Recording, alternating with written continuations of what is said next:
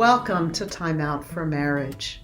Many, if not all of us, at some point in marriage, reach an impasse with our spouse. A time when, no matter how much we pray and seek to work through something that needs a resolution, we cannot come to one mind. It may be decision about a change of vocation, a move, a different approach to parenting, or an issue with a particular child, which results in regular arguments, and a host of other things. Here are a few healthy approaches to soften gridlock, as well as some red flags. The list is not exhaustive, but it might offer food for thought and consideration. When we reach an impasse, we need to pray separately and together for the discernment of God's will. We may willingly surrender the decision to our spouse, that is, die to our own will for the sake of our spouse, joyfully, willfully, and in the freedom of Christ. This is different from resignation, as resignation means just giving in and checking out, and that can be cause for resentment and other issues in marriage.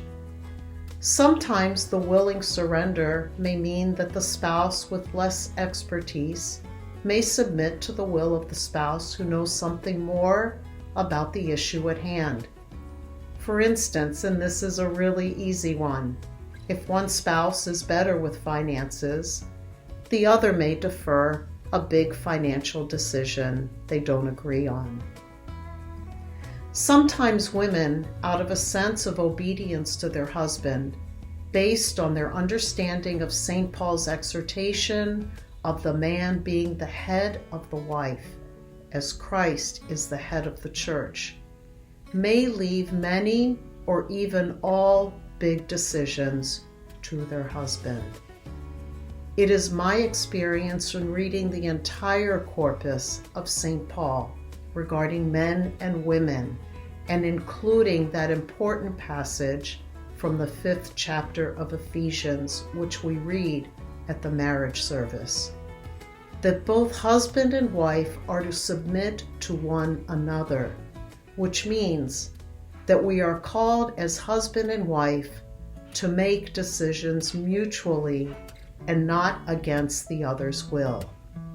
When a dynamic of the wife leaving decisions to the husband marks the way the decisions are generally made in the household, this is a red flag, and it may lead to some other difficulties in the marriage. And finally, if you reach an impasse and cannot come to one mind, it will be very helpful to seek the counsel of a mentor, a spiritual father or mother, or a therapist. Until next time.